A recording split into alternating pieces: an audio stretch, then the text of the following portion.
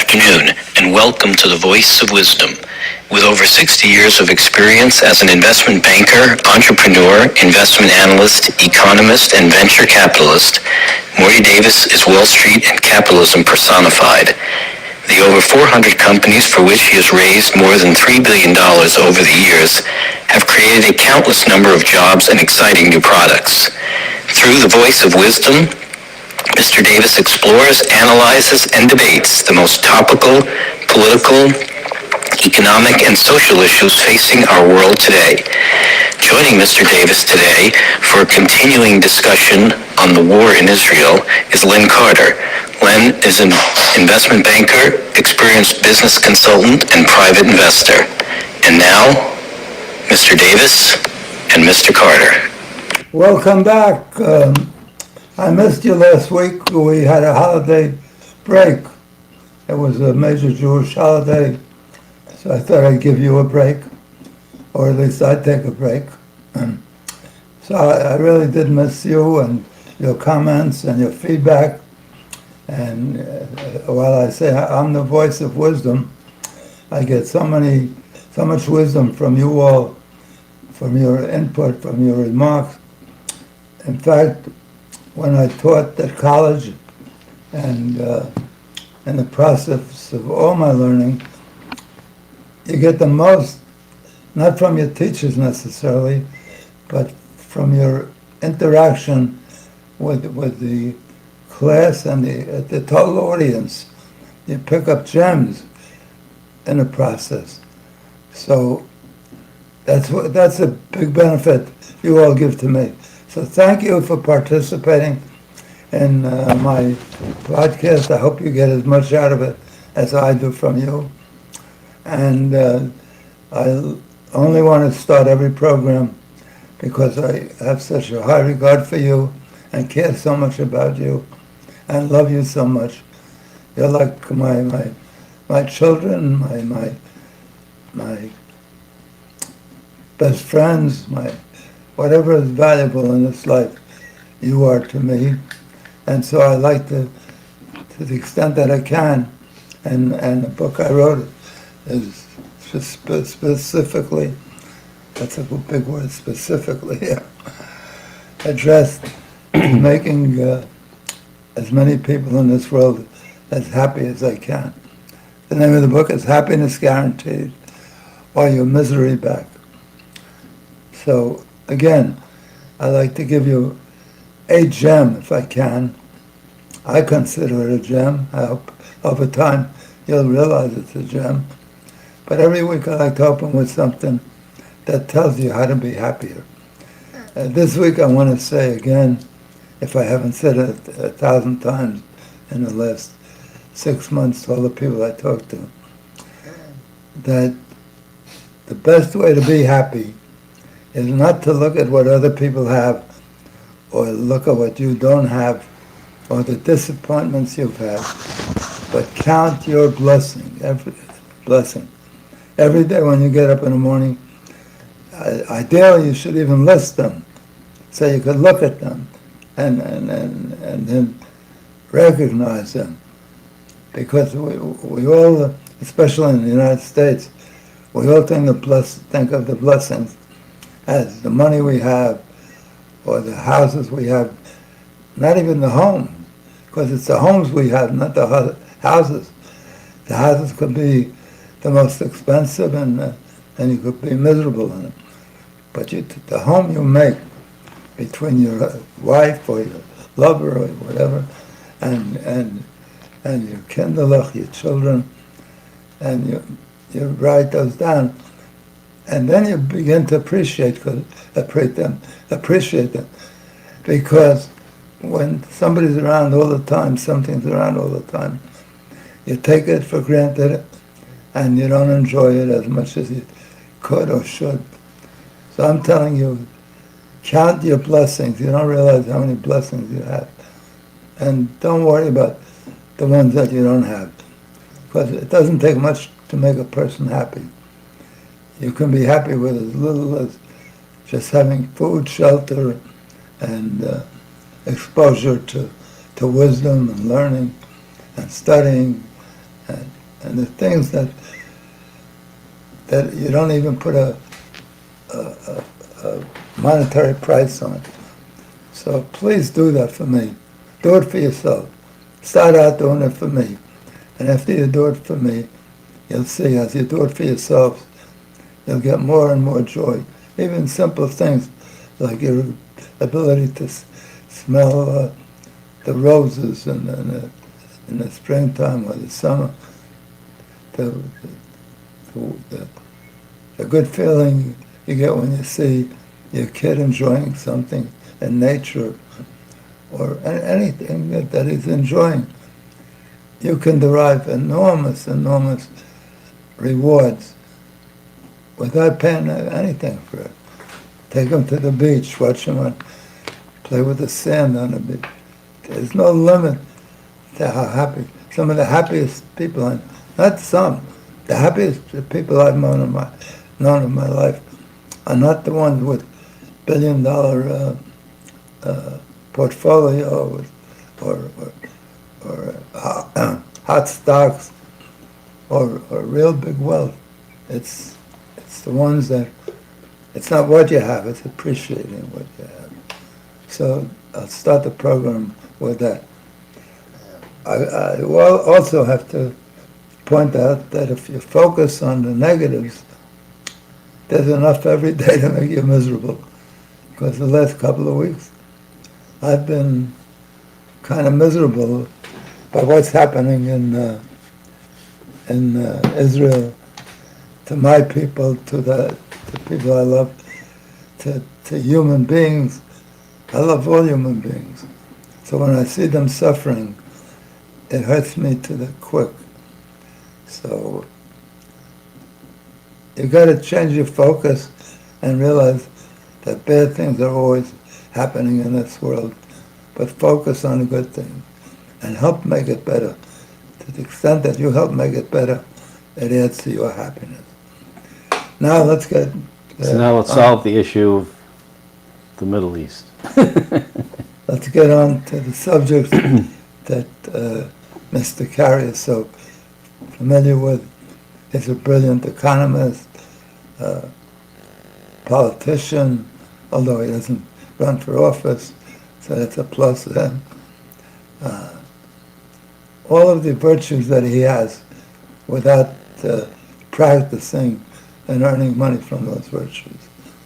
That's a great thing about Mr. So let's start with the big picture then. Sort of how the world and the U.S. have been reacting and viewing the situation. President Biden went to Israel today to show support. I think it was yesterday, but I guess he left yesterday. He's on his way back today. So with the time delay, yeah, I guess our day yesterday, but to show support for Israel. So how do you think he's been doing in terms of his actions, statements? Could he do better? It's interesting because I was reading, a majority of Americans, 54%, actually disapprove of his handling of the conflict between Israel and Hamas, and a little more than 41% approve of the handling. So you wonder if that's because it's sort of a spillover or just a reflection of what they think of him in general, or if it's specifically these actions. Because I think what he's been doing has been reasonably supportive and measured and thoughtful, but apparently only 54% of Americans agree with that. What do you think? Well, Harry Truman said, as president, the buck stops here. If things are good, generally the president gets favorable notices, favorable reviews. But things are really very depressing watching people getting hurt and killed, and some of the behavior is inhuman. I wonder when we're going to, an animal, as a people, we're going to become more civilized. I can't believe that after all these centuries, we're still behaving so viciously to each other. So I think he did the right thing to this extent. When you have trouble, it's great to have a friend come along and assure you that he's backing you. So I don't think it's his fault. He's trying hard. All this idea about how old he is, it's remarkable in that at his age he still flies at the whim. And I don't know if you saw the picture of the fellow who was I think he was a football coach, Lumlight or Lovelight or something. And he won a Senate seat in the South. I don't know if it was Alabama, but if it was with football, it probably had something to do with Alabama. And he's not nearly as old as either Trump or Biden. I watched him leaving an airplane. I don't know how many people saw this yesterday. I watched him getting off a plane. President Biden? And he fell down the whole flight of steps. Who, Biden fell down the stairs? No, this guy. Oh, the other guy. The senator. Like, you know, but they always, So you're particularly... a Democrat, a Republican, I assume. Yeah, Republican.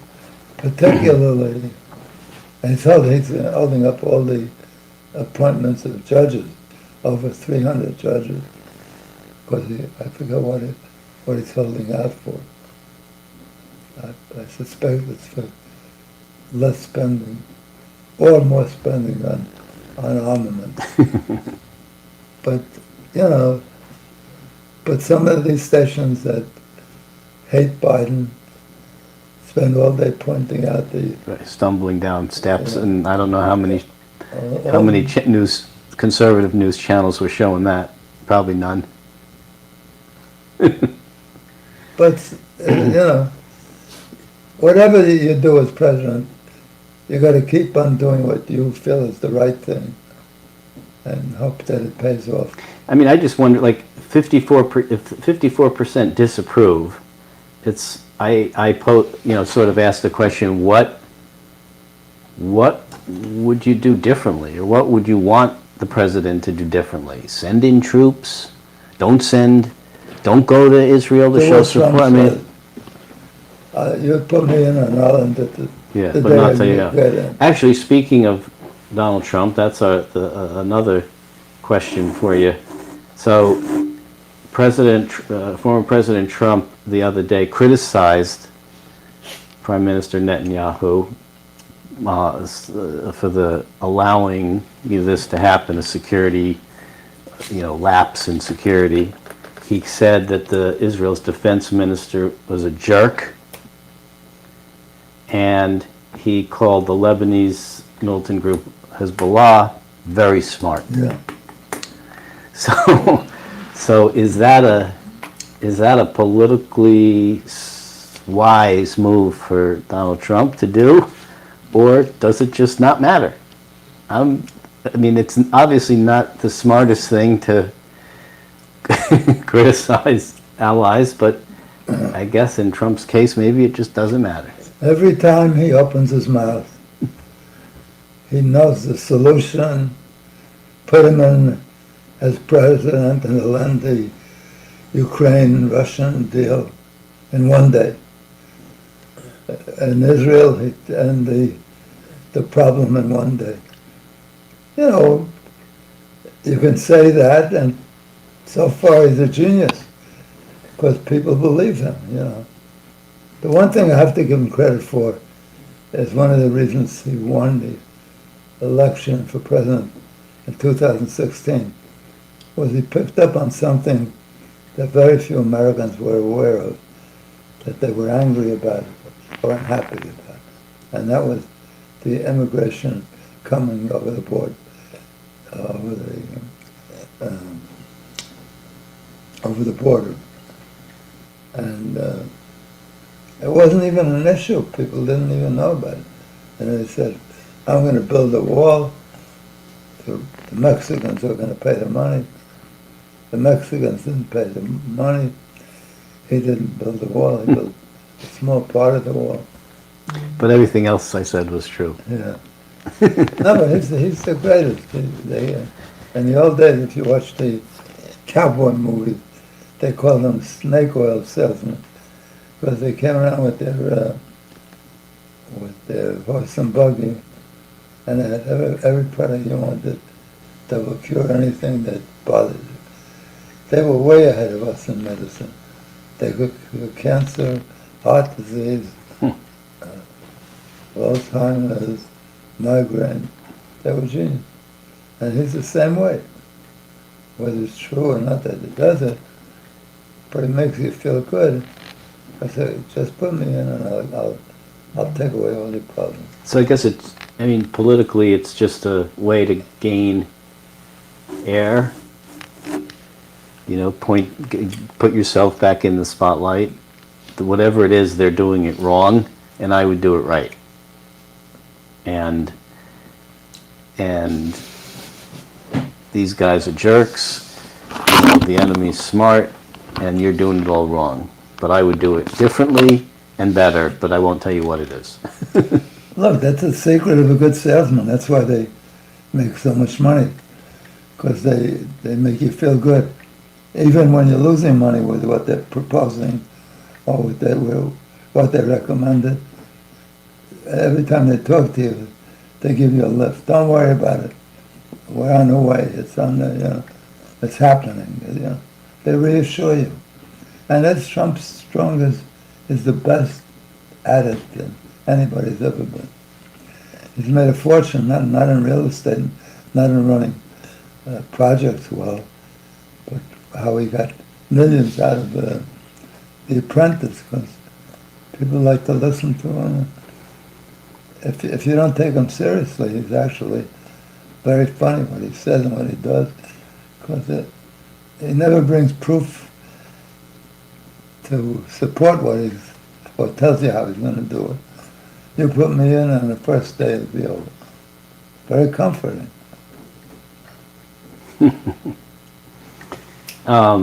So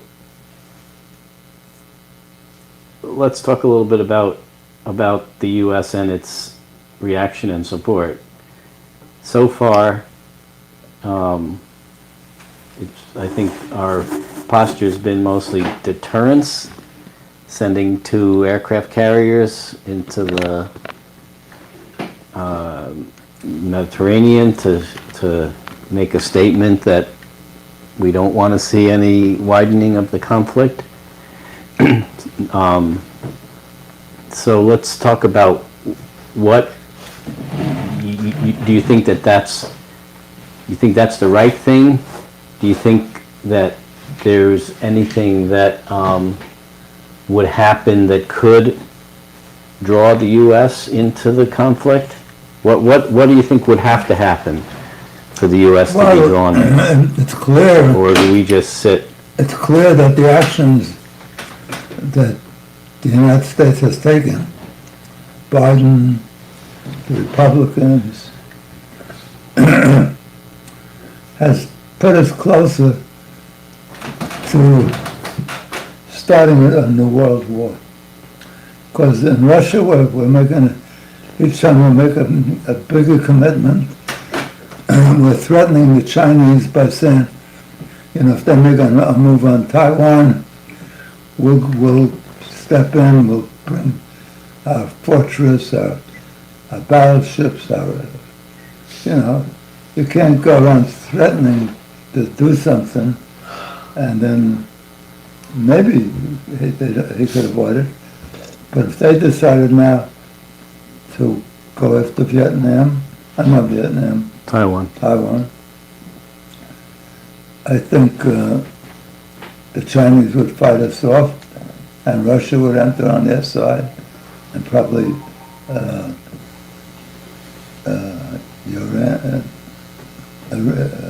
Iran? Iran. So, and it seems it's true with what we're experiencing in the Middle East. But we are now up to our ears in that war, and So do you think if Iran got more aggressive with Israel, so do you think we shouldn't have sent the aircraft carriers? You think that was only a provocation or an escalation? no, I think, in my view, I may be biased, but I think Israel's a critical component to the stability of the Middle East. And so far, at a very small price, because Israel hasn't asked us for troops. We've supported them with equipment, and in return, they've also developed, the Israelis, some great equipment, and keep on developing it, because they're very good at technology and advancement. So, How about our hostages? You know, of the 200 or so hostages in Gaza, some of them are Americans. 25, I think, something like that. So what do we do with them as a country? Do we let Israel handle it and hope that they can recover all the hostages unharmed, or do we try to take it upon ourselves somehow to get our own hostages back, because they're our citizens?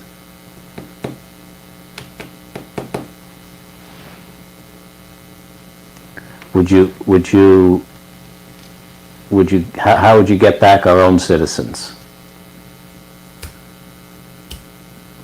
I don't understand the question. So, What's the question? so there are like 200 hostages in Gaza now that Hamas captured. So, some of them are Americans, like 25, I think, are Americans. How should the U.S. deal with that? Should it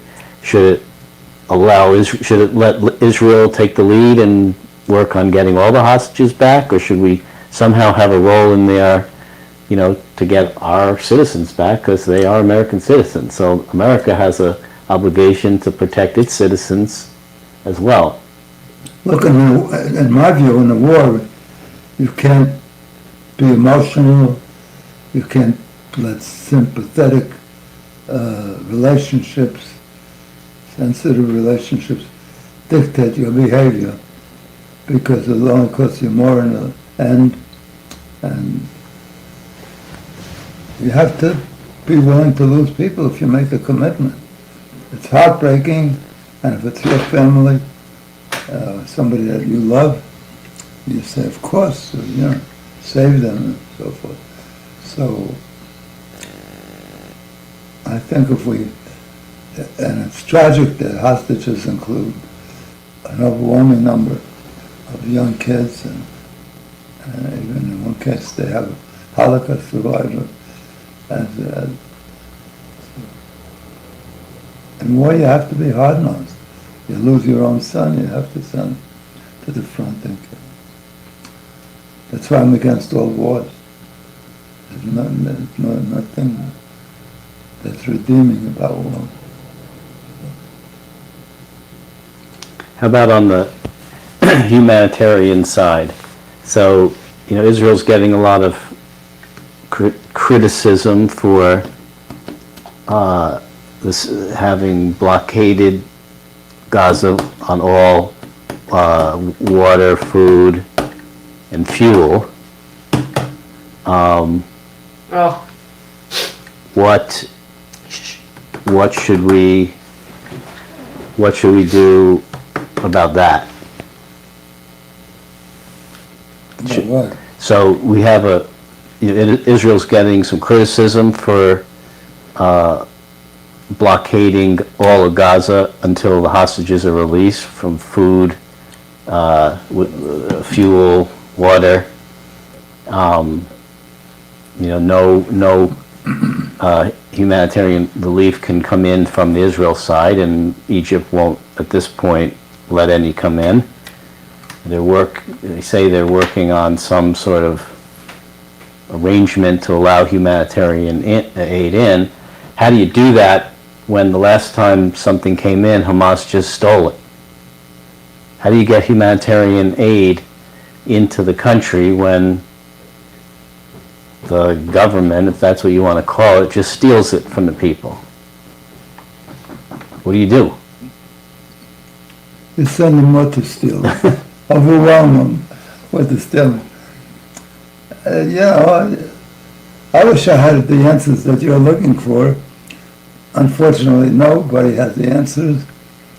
When you're trying to do good and the other side takes whatever good you're trying to do and converts it to either not good, just neutral or even negative, what do? You stop trying to do good? That's not an answer. So when you're dealing with a war, it's very hard to make good decisions. Look, what's his name? I started to call him Bahama. He worked. He was Obama's vice president. Biden. I started calling him Bahama. You know what Bahama is in Hebrew? An animal, a Bahama. Even worse, like a bad animal. So, anyway,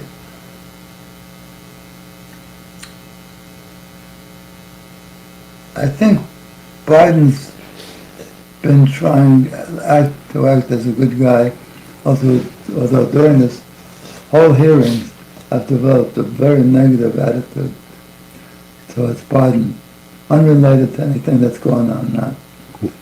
He was the head of the committee that approved Thomas, the Supreme Court Judge Thomas. And Anita Hill came along and testified. And she should have made it a lot worse. She said he just harassed her with language, showing her porno film. If she wanted to bury him, she should have made it strong, there's no witnesses. But it's, so, unilaterally, at the end of the first hearing, he chose to ignore Anita Hill, and he said, we should appoint Thomas. And right after that, I never knew this. I thought she was an individual that was acting on her own behalf, but there wasn't a lot of evidence.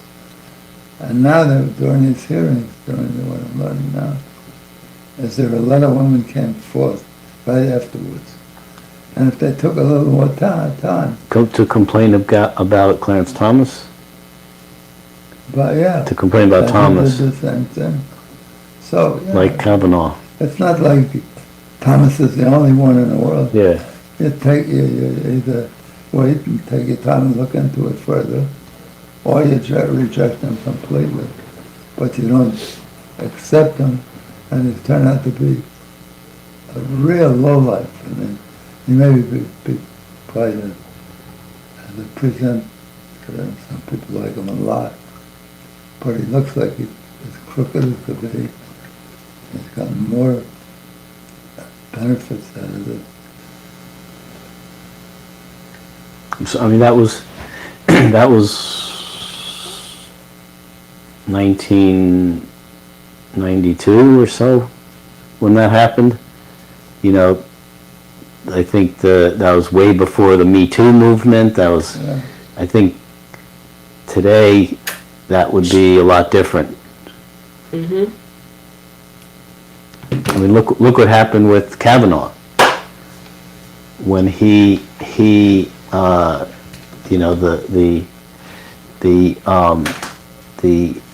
when the women came out against him, to allege harassment. Several women came out against Brett Kavanaugh. Yeah, but the Republicans cut her off immediately. That's why it's They didn't interesting. let anybody come Right. forth before the committee, other than that one woman. But that's why this example with Biden is so interesting, because here you have a Democrat doing, what you wouldn't think would happen today. I mean, if Clarence Thomas were being put up as a Supreme Court nominee today, and Anita Hill came forth today, I don't think you'd have one Democrat, the way Biden did, supporting it. Yeah, but they did it with Kavanaugh. Not Democrat, no, but I'm saying, what your example Yeah, is you're right. It wasn't really, astounding, even in today's kind of world, that you'd have an opposing party supporting this kind of behavior. Well, not supporting it, but Look, one great, he wasn't a judge, he was a lawyer for a leading Washington law firm. And he was proposed as, I think, by Lyndon Johnson to be a Supreme Court judge. And we never found anything criminal that he did, but because he represented a wealthy guy, Wolfson, I think was his name. And actually, his son worked for us at Blair. So, because he represented what Congress viewed as a bad guy related to gambling, he was forced to resign. It was hurtful and wrong, because he was a good lawyer and he couldn't do anything with that, and he didn't even act like Roy Cohn. So the system's less than perfect, but no system is perfect. Of all the systems, the one we have is the best still. so, talking about our often dysfunctional government, it's two rounds of attempts for Jim Jordan to get the Speaker's gavel, both failed. Do you think that has had an impact on how the U.S. is reacting to the conflict in the Middle East, or do you think it will at some point have an impact?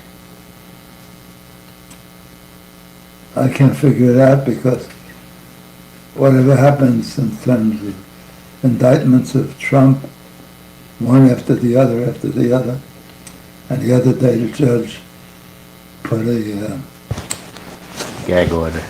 gag order on Trump. Yeah, good luck with that, huh? It's never happened in the history of the country that you're on the trial. Nobody would ever do that. Why would you alienate your judge who's going to present the sentence? And he calls her a piece of this, and she's been after him all her life. And I mean, he gets away with everything. And not only that, there's very little she could do. Because say he does violate the gag order, there's penalties. I mean, you could limit it to cash, which it's doubtful whether that would stop him. But Can you be held in contempt? yeah, but unless there's a penalty to relate it to that, nothing of that nature ever bothers them. So, you can't put them in jail.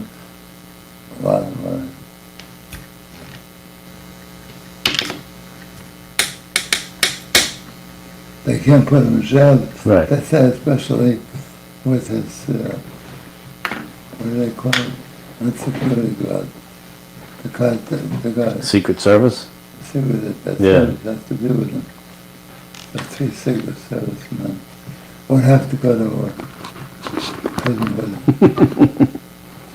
That would be unprecedented. But then again, that word has been used a lot in the presidency of Donald Trump. So let's talk about how some other parts of the country are reacting to the conflict in the Middle East, specifically universities. So we've seen a lot of, universities are supposed to be centers of open thought and varied opinions and different views. Often, I think, you have offensive views under the guise of free speech. We were just watching before that professor at Cornell who was excited and exhilarated by the attack by Hamas. The university's response was, we don't agree with him, but we're not going to really do anything. We're not going to really censor. We're not going to terminate his employment. He was exhilarated by the fact that Hamas was killing Yes, Jewish kids. that it was and an uprising, a show of resistance, protest, of all the bad things that he thinks are happening in the Middle East. So, do you think that universities have an obligation to, to what extent should universities have a hand in what their students say and what their faculty say? Do you think that someone like that should be terminated? Should he be, censored or allowed to say whatever he wants to under the First Amendment? I mean, even hate speech is protected under First Amendment here. Ku Klux Klan was Right. all I mean, it's not, it's not, harassment is not protected, so you're not allowed to commit, a hate crime, but, there's a fine line between what's a hate crime and what's free speech. So, what do you do if you're the president or provost at one of these universities? Well, yeah, it's a hard call. Because on the other hand, you have pressure from donors,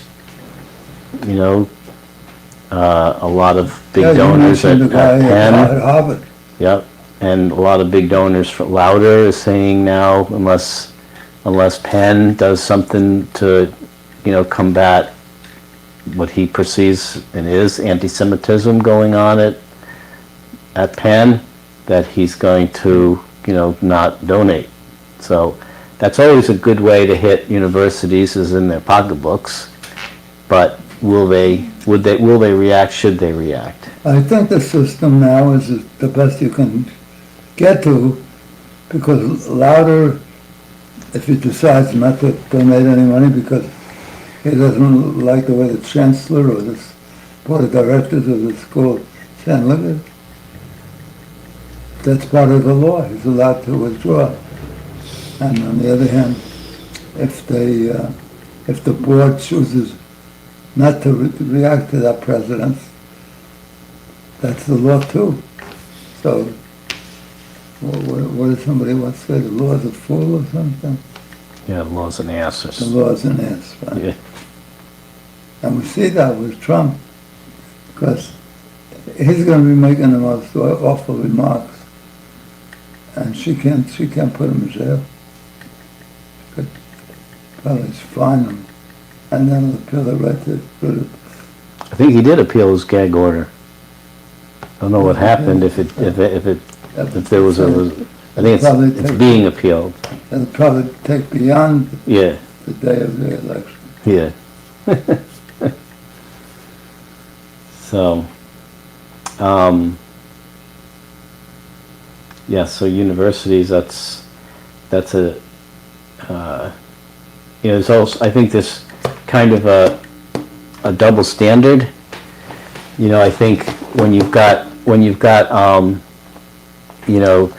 professors supporting Hamas being, allowed to do that. I think if you had a black professor doing that, is criticized, but no real action happens. I think if you had a white professor who said, criticized,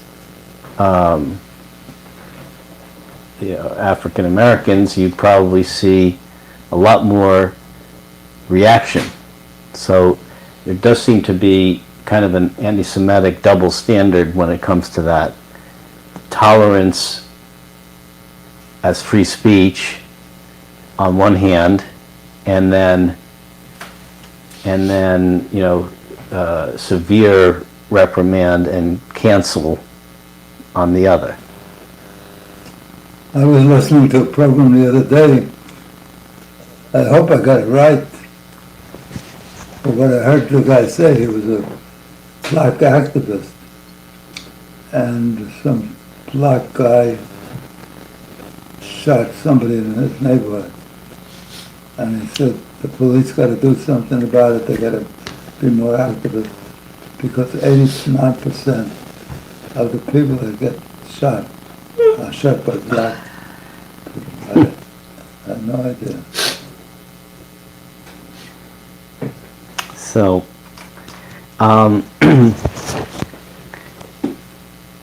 so let's take another step back, looking at, longer term. What do you think? Say, look at your phone, Lordy. What do you think the impact of this conflict will have on, the negotiations that were going, the talks between Saudi Arabia and Israel? You think that just derails it permanently, or you think there's a temporary, that between Saudi Arabia and Israel that was going on? What you think, this is a permanent derailment of that, or you think that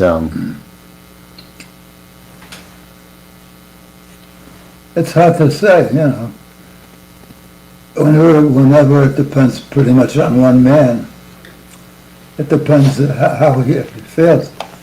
He obviously is very concerned about Iran, as is everybody. If anybody could start a world war right now, I think Iran is the most likely.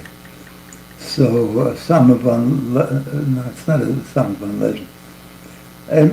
What's his name? MBS or something. They refer to him as by the letter that he's become all powerful in Saudi Arabia. And if he decides that it's worth carrying on with Israel because of their access, a lot is going to depend on how this thing comes out. Because if the Israelis prevail and prove to be a great army, even now, then I think other people will look to be tied to them. If it turns out, as now is becoming questionable, the Mossad has been maligned,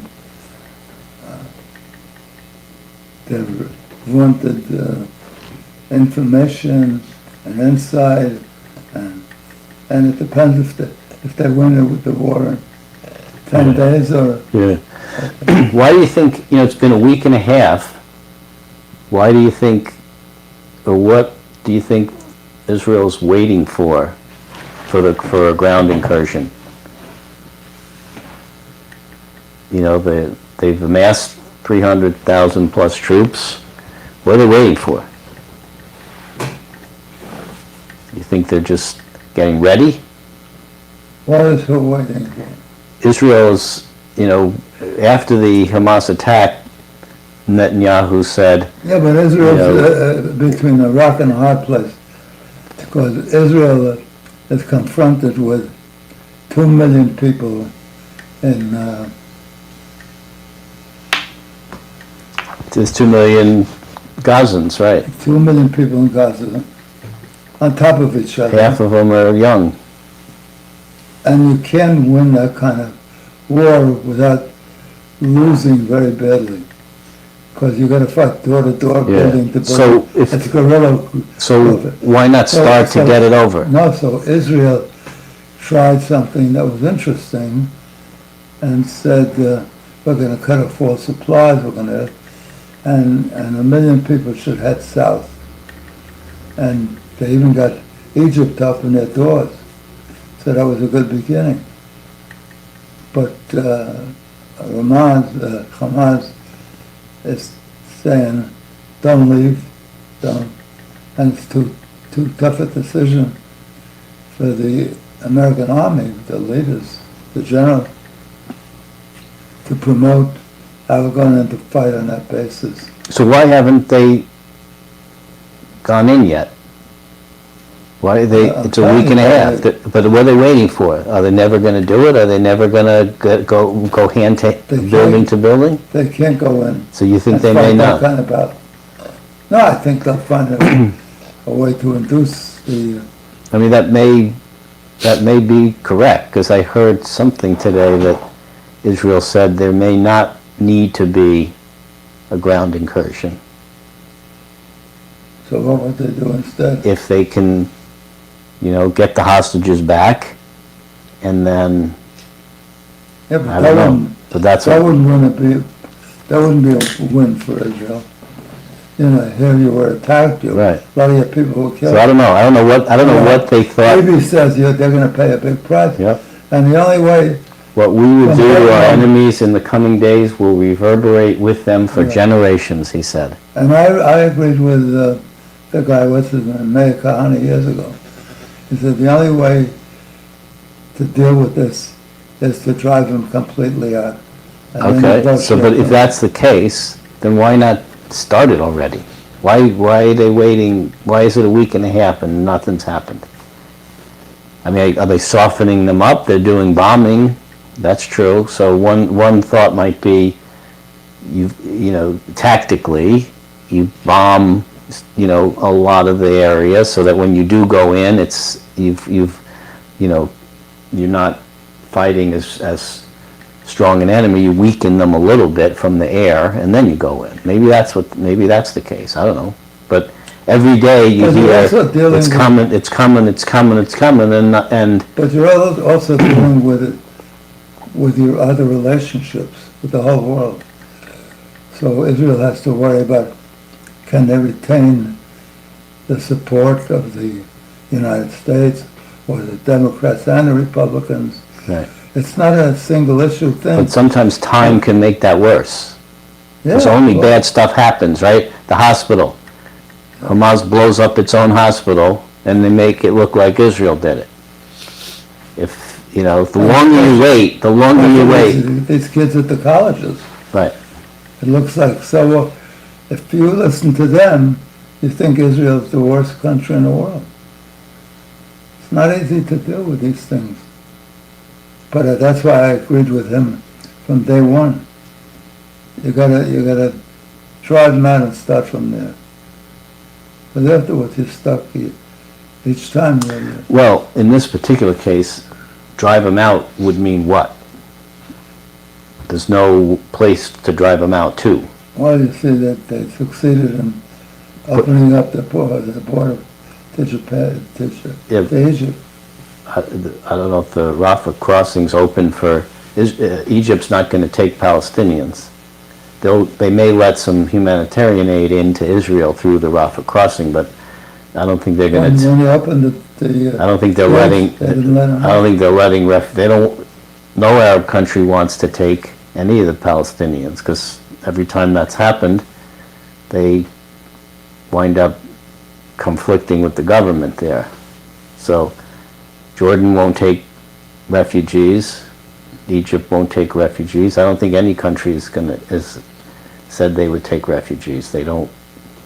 So that border's been closed, except to some, I think I saw some tankers of gas going in, but not. In many respects, it's Israel's fault that none of the countries would take them in, because the Palestinians are the most educated, most advanced of all of the, I'm told, I don't know it from personal experience, but that seems to be the evaluation of the Western world and the Arab and Muslim world.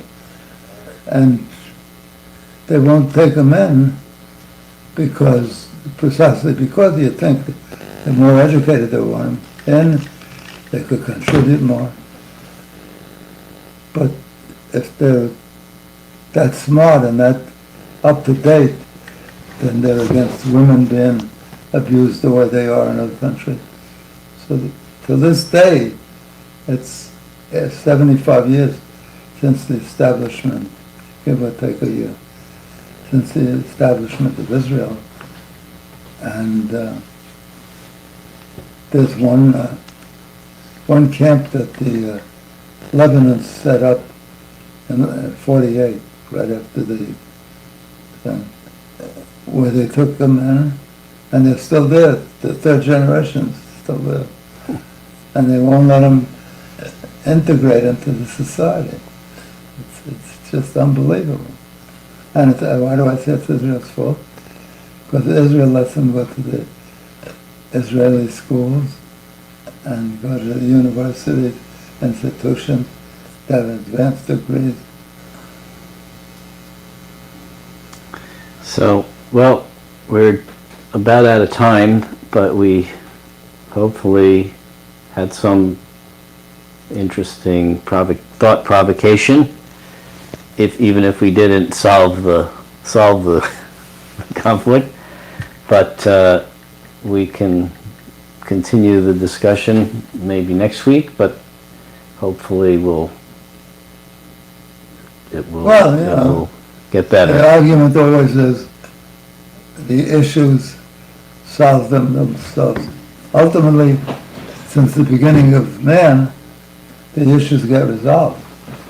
It doesn't count how much pain and suffering and permanent damage, but they do get solved.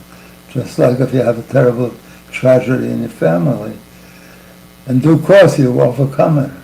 It may take 2 generations to do, but that's a horrible way to deal with. We've got to find a way to get ahead of it, and that we haven't found. Yep. All right. With that said, I thank you Mr. Carey, thank you again. You're great. I was a little overwhelmed today because I went through a minor illness over the last week. So I was somewhat pooped. So I'm glad I didn't fall. Not as pooped as the leaders of the Middle East, so at least we're knowing how they feel. But thank you again. The only solution is Trump. He has all the solutions. Just put him in 2 minutes, North Korea will be solved. Russia will be solved. That's why he's so appealing. There's no issue that's not easily resolvable. He doesn't tell you exactly how. And even the 4 years he studied, he served. He says how great he is. So, all right. Thank you again. Thank you. And we will. And I want to thank our producer. Good job again. Thank you. Okay. We brought her all the way from the Philippines. She's so